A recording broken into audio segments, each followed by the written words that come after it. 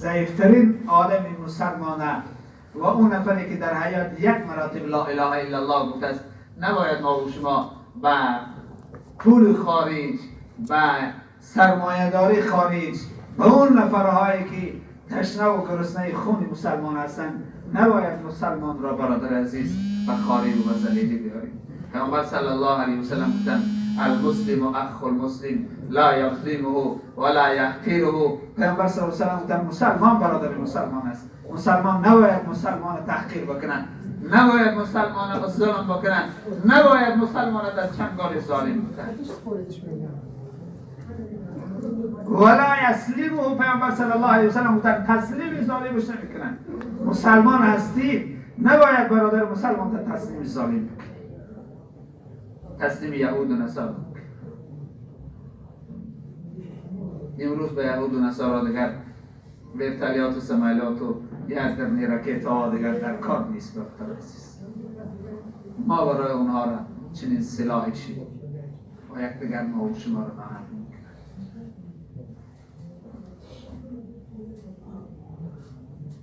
رسول گرامی اسلام صلی الله علیه و سلم گفتند اول ما یقضى بین الناس یوم القیامه الدماء.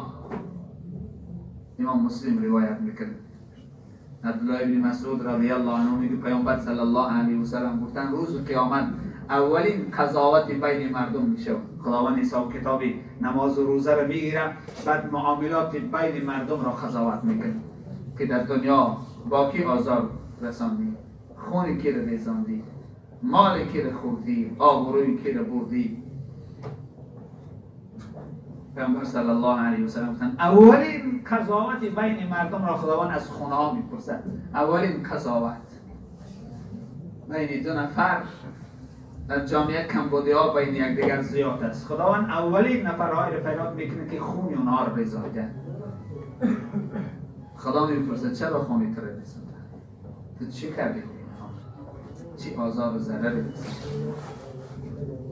پیامبر صلی الله علیه و سلم گفتن هر کسی در این دنیا بیگناه خونش ریزانده شود، کسی او را بکشه، از جانب کسی قتل کرده شود، روز قیامت با بدن خونی بدن پر از خونش قرار نمی‌گیرد. از گردن از کشتن این قاتل میگیره پیش خدا. خدای میگیره من نسبتی چی کم بود کرده بودم خونی مرا ریزاند، من به این ضرر نرسانده بودم، من این را نمیشناختم، خانه ای ندارم بودم، به فرزندی کاردار نبودم، به جانی کاردار نبودم، به مالی کاردار نبودم، چرا مرا بشناسید؟ پیامبر صلی الله علیه و سلم گفتن زمانی میرسه مردم این قدر فتنه داده بشوند، در دنیا داده میشوند، این قدر فتنه بالای مردم زیاد میشوند، یک نفر یک انسان را میکشه میپرسی بهر چی کشتی؟ میگه نمیدانم. بهر چی کشتی؟ میگه نمیدانم.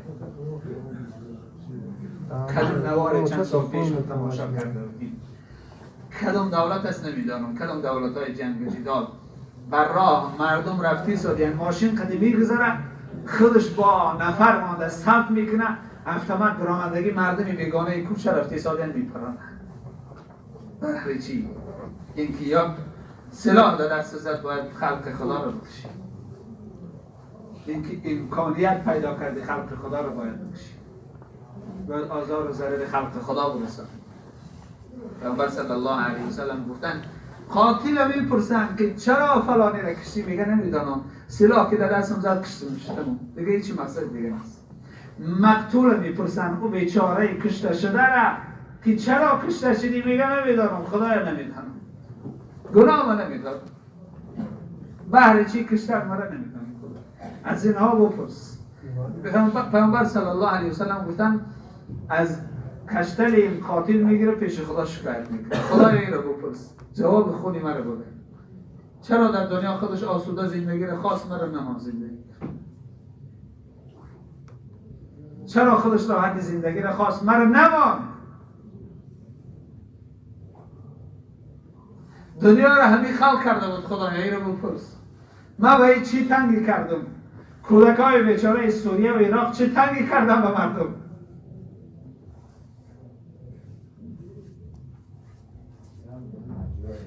خونی و بیچاره ها مذهبی بودن. تو در مذهب حنفی هستی و شافعی هستی، حکمی و مرتد و کافر کردن، مردم را کشتن. ای بی انصافی دیگر هست برادر عزیز.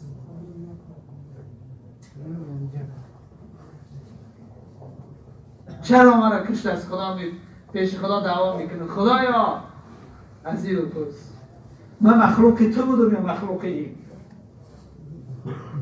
تو مرا خلق کرده بودی یا این؟ چرا ما را کشت؟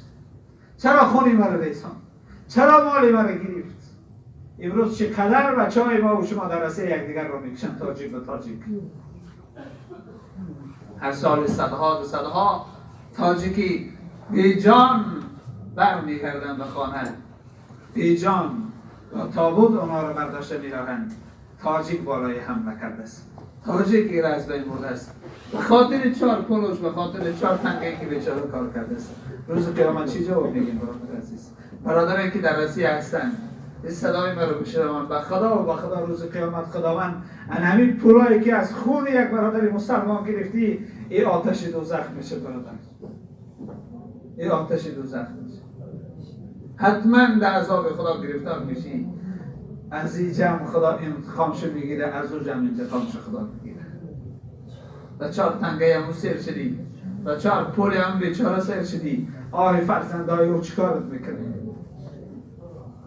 فکر مادر پیرش نکردی، فکر پدر پیرش نکردی، فکر او فرزندکای بیچارهش نکردی. آخی خودت فرزند کداری، هر روز خانه میداری در آغوش میگیری، فرزندات خرسند میشوند. فکری و فرزندکای بیچارهش نکرده که او رو بکشتن داتی. فرزندای او چیا میکشن؟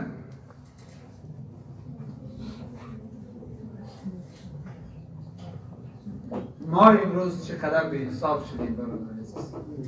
به انصافی در جامعه مردم بسیار زیاد شدیم. در جامعه امروزه مردم به خاطر 4 تنگه مسلمان میکشند. و خدا برادر عزیز جای ننگ شد است، جای ننگ است که ما و شما یکدیگر را در پهلوی یکدیگر همون نفری که لا اله الا الله محمد رسول الله میگه، همون نفری که خدای موتر خدا میگه، پیغمبر موتر پیغمبر میگه، قرآنی که ما و شما داریم همون قرآن را کتاب خود دستور آویز زندگی خود قرار داده است. ما خونی او رو میریزیم، مالی او رو میخریم، روز قیامت جواب میدیم. پیامبر صلی الله علیه و سلم گفتن شما میدونید که مفلس کیست؟ گفتن که مفلس کسی است که مال و اموال و چیزی در دنیا نداده. پیامبر صلی الله علیه و سلم گفتن مفلسی از امتی من دیگر هست. مفلسی از امتی من کسی است که یأتی یوم القیامه معه صوم و صلات و حج و زکات. پیامبر صلی الله علیه و سلم گفتن میآید یک انسان مسلمان نماز خوانده، روزه را گرفته، حج کرده، زکات داده، خیر احسان کرده، مسجد رفته، نماز به درستیش ادا کردگی است، از احکام خدا نجات میاد. از نماز از روزه پرسانش میکنن نجات میاد. اعلان میشه پروردگارها خوابی انسان نماز روزش کامل است، این چیکارش کنیم؟ الله میگه که بازار قیامت اعلام بکنیم. اگر کسی شکایت نداشته باشن این انسان برای به بهشت اعلان میکنن. همین فلانی به کی شکایت دارد؟ نمازش پره است، روزش پره است، حج زکاتش پره است، طاعت بندگیش پره است. کی دعوا داره؟ یگان کس شکایتی داشته باشه بیا یا نداشته باشه ایره ما آزادش کنیم ای پرسش برای به بهشت. مردم میخیزن شکایت کنن. یک کس میگه پروردگارا این در دنیا مرا زده بود، یک کس میگه خدایا مرا دشنام کرد، خدای مالی مرا خورد، خدای آبروی مرا برده بود، خدای مرا تهمت کرده بود، خدای مرا کشته بود، خونی مرا زیزانده بود.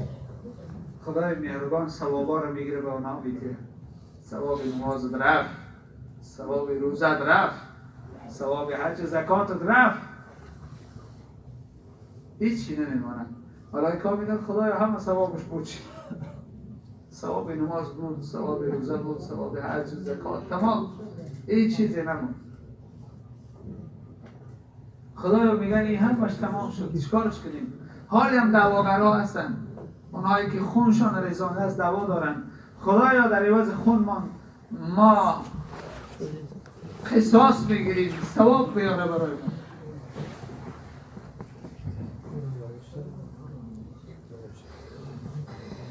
خدای مهربان بگه گناه‌های اونها رو بگیرید به سری بار بگیرید، گناه‌های اونها رو به سری ظالی، به سری قاتل کار میکنن. این رو در قهر جز احمد بگید مگر ما ثواب داریم که یا که اونهایی که امروز خونی طفلای معصوم میریزن، خونی کودکار میریزن، ثواب داشته باشیم که روز قیامت برابر شده بودن و خونی انسان. هیچ گناهی بعد از کفر برادر عزیز آزار دادن برابر به آزار دادن یک انسان. شکست دل یک انسان پیش خدا بسیار کم. آزار کسی مخواه که آزرده شوی. بزرگای خدا ما آزار هیچ مخلوق نداریم. خدای مهربان بسیار بسیار با مخلوقاش مهربان است. آزار عزیز خدا، خلق خدا را آزار دادیم، خدا را آزار دادیم. خدای مهربان روز قیامت میپرسه چرا مخلوقای ما را آزار دادیم؟ چرا بنده های ما را آزار دادیم؟ چرا اونهایی که لا اله الا الله گفتن خونی او را ریزاندید؟ چرا انصاف نداشتید؟ چرا این روز نترسیدی؟ همین گونه با ما خدا سخن میگه برادر. چرا مالی او رو خوردی؟ او خودش زحمت کشیده بود و حق تو نبود، چرا او رو خوردی؟ چرا خونی او رو ریزاندی؟ چرا او رو تهمت کردی؟ چرا او رو غیبت کردی؟ از خدا نترسیدی؟ باز هم خود مسلمان می، باز هم خود مؤمن می. این چیز برادر عزیز امروز دنیا را تشویش کرده است. ما مرد مسلمان ساز نیستن آخی. همین گروهی که به نام ایگیل و فلان و بیمدان اعلام شدیم با مسلمان ها ساز نیستن، با مسلمان ها فقط خونی مسلمان بریزن خلاص. هر روزا مسلمان ریافتن، حالا که به یگان سبب کافر کشتنش درست است برادر عزیز. اگر ما کافر به گناهی خونش بریزیم روز قیامت جواب کنیم. روز قیامت جوابگری داره، میتونه دعوا کنه. خدای نمی بنده تو لا اله الا الله محمد رسول الله مسلمان بود، من مسلمان بودم قصد جان نکردم. به خاطر بسیار عزیز در این جنبه بسیار احتیاط باشید. یکی از تأکیدهای اساسی پیشوای ملت هم رئیس دولت ما و شمارم تأکیدهای زیادی برای همین چیز کردن در پیامشان. به این خلاصه این موضوع بود، خلاصه پیام جناب بود که ما با شما رساندیم. برادر عزیز، ما و شما باید با یکدیگر اتفاق باشیم، یکدیگر احترام بکنیم، یکدیگر دوست بداریم. آبادی ما و شما چیز از آبادی دنیا و دین ما در زیر صلح و صلاح اهمیت یکدیگر فهمی است برادر عزیز. هرگز به هیچ خلق خدا آزار نرسانید، هرگز به خدا و خدا به یک حیوان آزار و اذیت رساندن پیش خدا جواب بدید. به یک حیوان در حدیث بخاری آمده است یک زن در بنی اسرائیل دیگه پشکی را در یک خانه محکم کرد، نه خوراکش داد نه آبش داد، از گرسنگی و تشنگی از دنیا گذشت، هلاک شد همین پشک، مرد. خداوند مهربان بسیار غضبشان گفتی قدر بیرحمی به مخلوقی ما کردی، او زن داخل دوزخ کردن بس الله علیه. بیرحمی به حیوان اگر یک گناه باشه برادر، بهترین مخلوق خدا را ما بیرحمی کنیم آیا ثواب است؟ هیچ ثوابی نداره، هیچ خوبی نداره دوست است. به خاطر کارش معنی است. هیچگاه به جان یکدیگر نمی‌رسید. هیچگاه به هیچ قیمت مسلمان نفروشید، به هیچ قیمت. هیچ مخلوق روی دنیا، زمین و آسمان و هر چیزی در زمین و آسمان است برادر عزیز پیش خدا برابر با پسترین مسلمان قدر نداره. حضرت عمر رضی الله عنه خانه خدا طواف میکرد، راست حجر الاسود ایستاد. حجر الاسودی که همه مردم سعی کوشش میکنن بوسه بکنن، راست همین حجر الاسود ایستاد. گوی سنگ این حجر الاسود.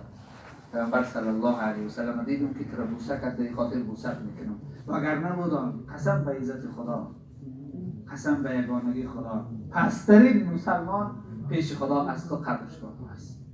پسترین مسلمان، هیچ مخلوقی در داخل کائنات وجود نداره برادر عزیز که از انسان پیش خدا قدر داشت زیاد داشته باشه، از مؤمن پیش خدا قدر زیاد داشته باشه.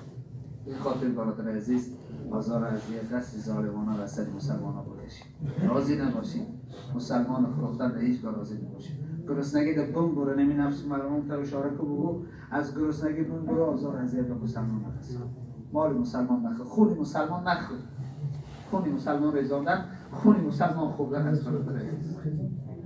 همین تا یکی گویا خونش در کاسه گرفته خوردی، یعنی همین حکم داری از خون خوب خوردن حرام است برادر عزیز. در این مورد سخن بسیار است، اما ساعت اشاره میکنم نیست، اگر نه سخن زیاد است. خواهشی ما از همه شما همین است، خواهشی بالا و بالای ما همین است، هیچ مسلمان را آزار و اذیت نرسانید. ما خمان از همین آزار و اذیت یهود و نصارا بیزار شدیم، دیگه شما و مسلمان ها بالای یکدیگر حمله نکنید برادر عزیز. همین بابه یهود داره بسه، همین آزار و اذیت یهود و نصارا حالا ما بسه برادر عزیز. ما باید هشار شده باشیم. اثرها شد خودمان با خودمان خون یکدیگر میخرید، یهود و نصارا میکندن. این قدر این عصر در مسلمان خار شد که در هیچ عصر چنین خار و زلیل نبود. به خاطر برادر عزیز نگذاریم برادر مسلمان خار بشود، هیچ جا نگذاریم. خدای مهربان دعا بکنید بین ما و شما اتفاقی و دوستی برادر زیاده بود.